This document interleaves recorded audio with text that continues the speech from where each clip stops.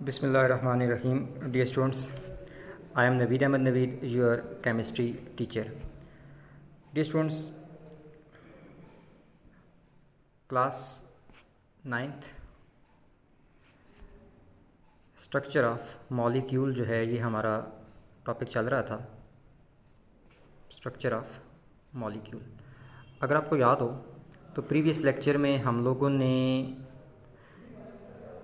Covalent bond और उसकी types पे बात की थी। आज का जो हमारे पास टॉपिक है वो कोऑर्डिनेट कोवेलेंट बॉन्ड है। Coordinate covalent bond.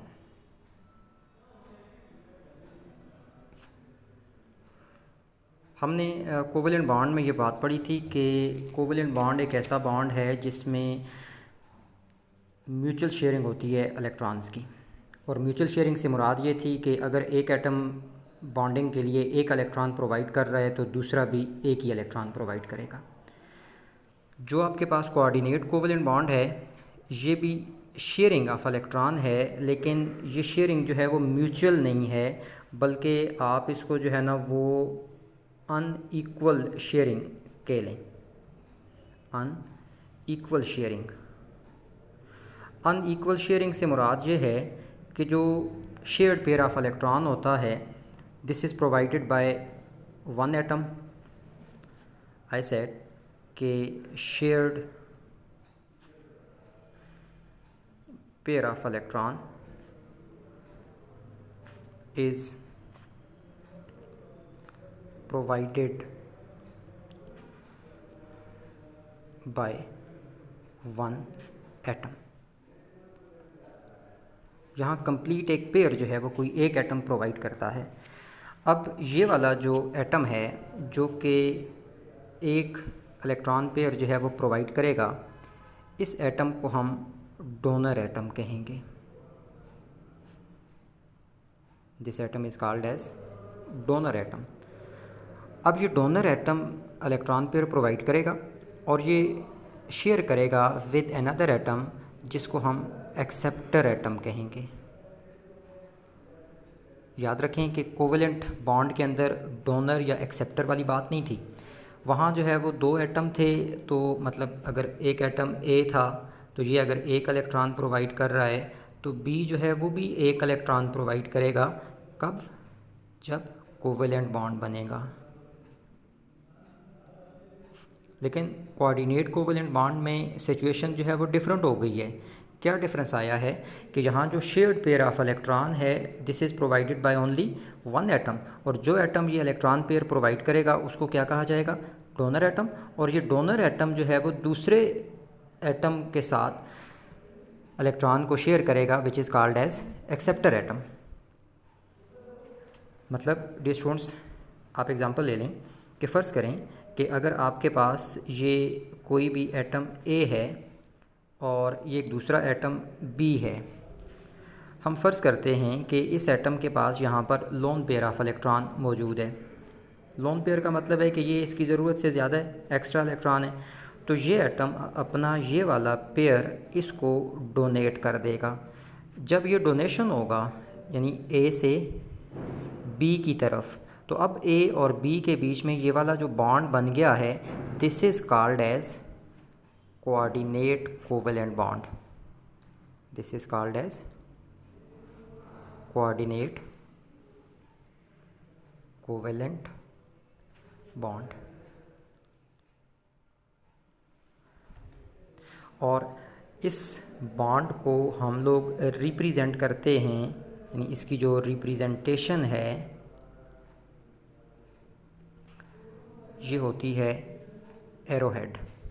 इस तरह एरो का निशान होता है और इस एरो की डायरेक्शन हमेशा जो है वो डोनर से एक्सेप्टर की तरफ होती है। कोऑर्डिनेट कोवेलेंट बॉन्ड को हम किससे रिप्रेजेंट करते हैं? एरोहेड से। और इसकी डायरेक्शन किधर है जी? डोनर एटम से एक्सेप्टर एटम की तरफ है। जबकि आपको पता है कि जो कोवेलेंट बॉन्ड है इसको हम रिप्रेजेंट करते थे दोनों एटम्स के बीच में इस तरह से एक लाइन से, अगर सिंगल कोवेलेंट बॉन्ड है तो। अब ये स्टूडेंट्स कोऑर्डिनेट कोवेलेंट बॉन्ड की एग्जांपल्स ले लेते हैं। एग्जांपल्स, एग्ज़ाम्पल से पहले एक बात समझिएगा, हमने अभी कहा है कि यहाँ पर एक एटम होगा जिसको हम डोनर एटम कहेंगे। तो पहले ये समझ लें कि डोनर एटम्स कौन से हो सकते हैं। डोनर एटम्स का मतलब होता है कि atoms or groups which can donate electron pair, कि वो एटम या ग्रुप जो कि इलेक्ट्रॉन पेयर डोनेट कर सकते हैं। अब सवाल ये पैदा होता है कि हमें कैसे पता चलेगा कि कौन सा एटम जो है वो इलेक्ट्रॉन पेयर डोनेट कर सकता है। तो इसके लिए आपने याद रखना है कि डोनर एटम जो है वो हमेशा इलेक्ट्रॉन रिच स्पीशीज़ होती हैं। इलेक्ट्रॉन रिच स्पीशीज़ मतलब इनके पास हमेशा इलेक्ट्रॉन्स ज़्यादा होते हैं। और इलेक्ट्रॉन रिच स्पीशीज़ की आइडेंटिफिकेशन ये है कि इन एटम्स के पास या तो लोन पेयर ऑफ इलेक्ट्रॉन होगा या फिर इनके पास नेगेटिव चार्ज होगा। तो अगर किसी एटम या ग्रुप के पास लोन पेयर ऑफ इलेक्ट्रॉन है या उस पर नेगेटिव चार्ज है तो ये इलेक्ट्रॉन रिच स्पीशीज़ हैं, और जो इलेक्ट्रॉन रिच स्पीशीज़ हैं वो हमेशा क्या होती हैं, डोनर एटम जो है वो होते हैं। जबकि एक्सेप्टर क्या होगा, एक्सेप्टर का मतलब है जो इलेक्ट्रॉन एक्सेप्ट करेगा। और डियर स्टूडेंट्स, आप समझ सकते हैं कि इलेक्ट्रॉन एक्सेप्ट वही चीज़ करेगी जिसके पास इलेक्ट्रॉन्स नहीं होंगे या जिसके पास इलेक्ट्रॉन कम होंगे। तो जो आपके पास एक्सेप्टर एटम्स होते हैं, एक्सेप्टर एटम्स, तो ये आपके पास कौन से एटम्स होंगे, जो इलेक्ट्रॉन डेफिशिएंट एटम होंगे, डेफिशिएंसी जिनमें होगी, जिनमें इलेक्ट्रॉन्स की कमी होगी। इलेक्ट्रॉन डेफिशिएंट एटम्स या ग्रुप्स जो होते हैं, एटम्स या फिर ग्रुप्स जो हैं, ये क्या होंगे, एक्सेप्टर एटम होंगे। और इनकी सिंपल निशानी ये होती है कि इन पर पॉजिटिव चार्ज होगा, पॉजिटिव चार्ज हो सकता है इन पर, या फिर इनका जो ऑक्टेट है वो इनकम्प्लीट होगा। कोई मॉलिक्यूल, कोई कंपाउंड ऐसा है जिसका ऑक्टेट इनकम्प्लीट है तो वो भी आपके पास इलेक्ट्रॉन एक्सेप्टर हो सकता है। तो जब डोनर और एक्सेप्टर एटम्स कहीं आ जाएंगे तो फिर डोनर एटम इलेक्ट्रॉन डोनेट करेगा, एक्सेप्टर एटम उन इलेक्ट्रॉन्स को गेन करेगा और उनके बीच में कौन सा बॉन्ड बन जाएगा, कोऑर्डिनेट कोवेलेंट बॉन्ड बन जाएगा। अब एग्जांपल की तरफ आते हैं। पहली एग्जांपल हमारे पास है जी, formation of ammonium ion. Formation of ammonium,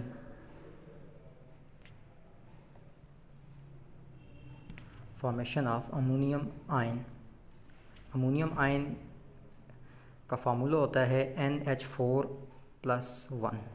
ये हमारे पास अमोनियम आयन। अब इसकी फॉर्मेशन, अमोनियम आयन बनता है जब अमोनिया NH3, ये है जी अमोनिया,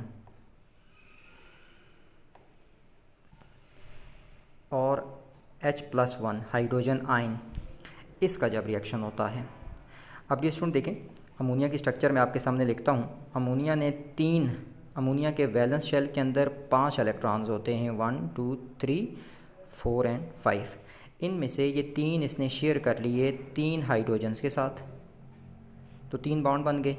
जबकि एक आप देख रहे हैं कि ये क्या है जी, लोन पेयर ऑफ इलेक्ट्रॉन है। तो इसका मतलब हुआ कि अमोनिया के पास एक, अमोनिया में नाइट्रोजन के पास एक लोन पेयर ऑफ इलेक्ट्रॉन है। तो जब इसके पास लोन पेयर ऑफ इलेक्ट्रॉन है तो ये क्या है, डोनर एटम है। जबकि ये जो चीज़ आपके पास है H+1, आपको पता है कि H+1 जो है हाइड्रोजन के अंदर, हाइड्रोजन के वैलेंस शेल के अंदर एक ही इलेक्ट्रॉन होता है। तो +1 का मतलब है कि इसका ये वाला जो इलेक्ट्रॉन है वो भी क्या है, लॉस्ट है, वो भी निकला हुआ है। तो इट मीन्स कि हाइड्रोजन एटम के, हाइड्रोजन आयन के पास जो है वो मज़ीद कोई इलेक्ट्रॉन नहीं है। तो अमोनिया जो है आपके पास ये इलेक्ट्रॉन रिच स्पीशीज़ है, इलेक्ट्रॉन डोनर है, जबकि हाइड्रोजन आयन जो है वो इलेक्ट्रॉन एक्सेप्टर है। तो ये अमोनिया अपना हाइड्रोजन, अपना जो लोन पेयर ऑफ इलेक्ट्रॉन है वो इसको क्या कर देता है, डोनेट कर देता है, ड्यू टू विच आपके पास ये चीज़ बन जाती है N हाइड्रोजन, ये हाइड्रोजन ये अमोनिया में थे और ये वाला लोन पेयर इसको डोनेट हुआ है, तो इसका मतलब ये हुआ कि नाइट्रोजन एटम और हाइड्रोजन आयन के बीच में कौन सा बॉन्ड बन गया, कोऑर्डिनेट बॉन्ड बन गए। अब ये वाला जो पॉजिटिव चार्ज है इसको आप चलें यहाँ लिख लेते हैं यहाँ, तो ये हो गया +1। तो ये जो स्ट्रक्चर आपके पास बनी आप देख लें, ये आपके पास क्या NH4 और चार्ज कौन सा है +1, मतलब दिस इज़ अमोनियम आयन। इसी तरह से डियर स्टूडेंट्स आप के पास एग्ज़ाम्पल एक और हो जाती है जिसमें हमारे पास है जी, फ़र्ज़ करें BCl3। अब बोरान है, बोरान के वैलेंस शेल के अंदर 3 इलेक्ट्रॉन्स होते हैं। अगर ये अपने 3 इलेक्ट्रॉन 3 क्लोरीन एटम्स के साथ शेयर करें तो ये बन गया जी BCl3। ये वाला कंपाउंड कौन सा बन गया है, BCl3। अब आप यहाँ देखें, बोरान के वैलेंस में 1 2 3 3 इलेक्ट्रॉन थे, 3 इसने क्लोरीन के साथ शेयर किए, तो टोटल हो गए 6 होने का मतलब है कि इसका जो ऑक्टेट है वो कंप्लीट नहीं हुआ, ऑक्टेट कंप्लीट नहीं हुआ। तो ये इनकम्प्लीट ऑक्टेट है। इनकम्प्लीट ऑक्टेट वाले जो एटम्स होते हैं वो इलेक्ट्रॉन डेफिशिएंट होते हैं, और इलेक्ट्रॉन डेफिशिएंट एटम्स इलेक्ट्रॉन के एक्सेप्टर होते हैं। अब फ़र्ज़ करें इसी का रिएक्शन हम अमोनिया के साथ ही करवा देते हैं, NH3। अभी मैंने आपको समझाया है कि NH3 के अंदर जो है वो नाइट्रोजन के पास एक लोन पेयर है। तो यहाँ जो बोरान है ये आपके पास एक्सेप्टर एटम होगा, और ये आपके पास क्या होगा, डोनर होगा, डोनर, और ये क्या है, एक्सेप्टर। तो ये जो अमोनिया का लोन पेयर है नाइट्रोजन के पास, ये डोनेट किया जाएगा किसको, BCl3 के बोरान को। तो इसके नतीजे में यहाँ पर क्या होगा कि BCl3 और इधर आपके पास क्या चीज़ है जी, अमोनिया। अमोनिया ने अपना लोन पेयर इसको डोनेट किया है, तो अमोनिया की नाइट्रोजन और बोरान के बीच में बॉन्ड कौन सा बन जाएगा, कोऑर्डिनेट कोवेलेंट बॉन्ड बन जाएगा। अब यहाँ अमोनिया का नाइट्रोजन डोनर था, बोरान एक्सेप्टर था, तो डायरेक्शन ऑफ द बॉन्ड क्या होती है, हमेशा डोनर से एक्सेप्टर की तरफ। डियर स्टूडेंट्स, ये हमारे पास जो है वो हमारा आज का टॉपिक था, कोऑर्डिनेट कोवेलेंट बॉन्ड। इंशाल्लाह नेक्स्ट लेक्चर लेकर आपके सामने जो है वो कल दोबारा हाज़िर होंगे। इसमें आपने यूँ करना है कि आपने जो आपका होमवर्क कह लें या आपका प्रैक्टिस वर्क जो है वो ये है कि आप जो है फॉर्मेशन ऑफ